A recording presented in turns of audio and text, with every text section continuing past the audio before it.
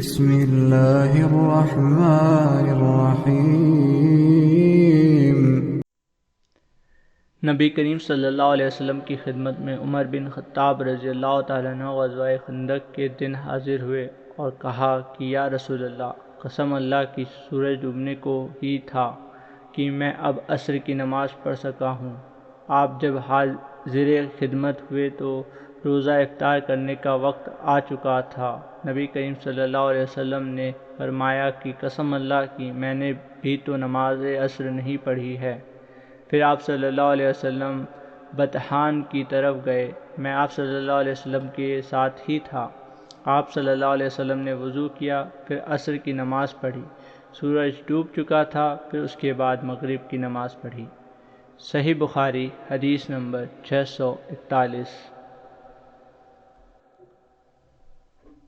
نماز کے لیے تکبیر ہو چکی تھی اور نبی کریم صلی اللہ علیہ وسلم کسی شخص سے مسجد کے ایک کونے میں چپکے کان میں باتیں کر رہے تھے۔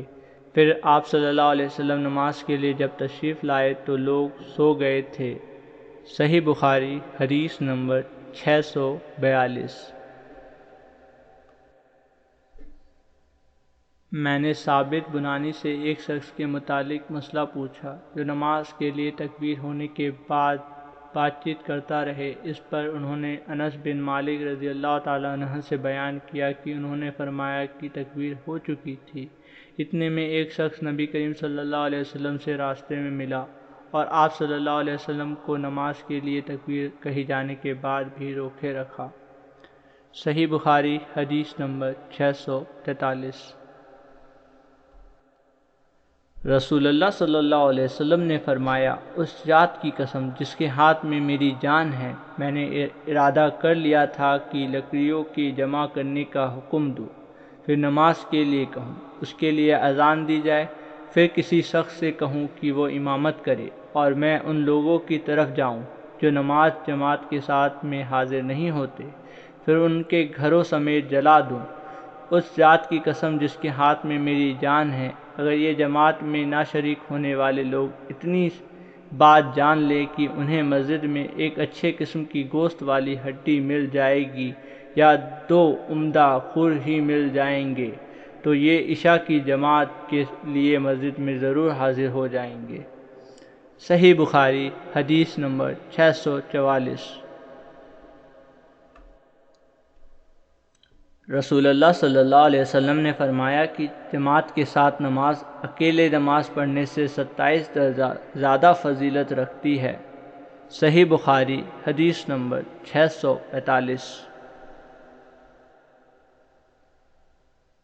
آپ صلی اللہ علیہ وسلم فرماتے تھے کہ جماعت سے نماز اکیلے نماز پڑھنے سے 25 درجہ زیادہ فضیلت رکھتی ہے۔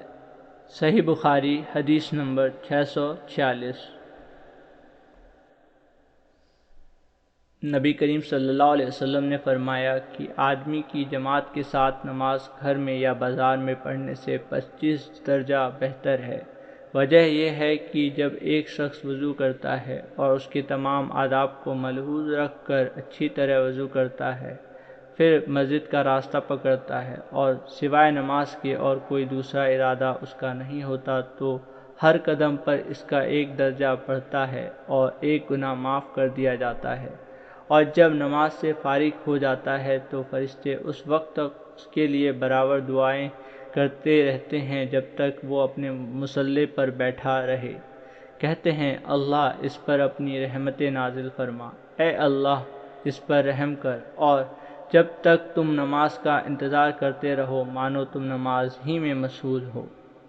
صحیح بخاری حدیث نمبر 647۔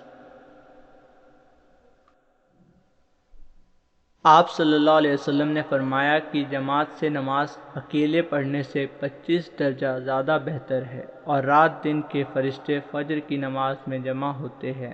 پھر ابو ہریرہ رضی اللہ تعالیٰ عنہ نے فرمایا کہ اگر تم پڑھنا چاہو تو سورہ بنی اسرائیل کی یہ آیت پڑھو، یعنی فجر میں قرآن پاک کی تلاوت پر فرشتے حاضر ہوتے ہیں۔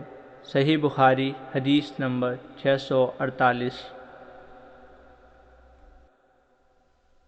جماعت کی نماز اکیلے کی نماز سے 27 درجہ زیادہ فضیلت رکھتی ہے۔ صحیح بخاری حدیث نمبر 649۔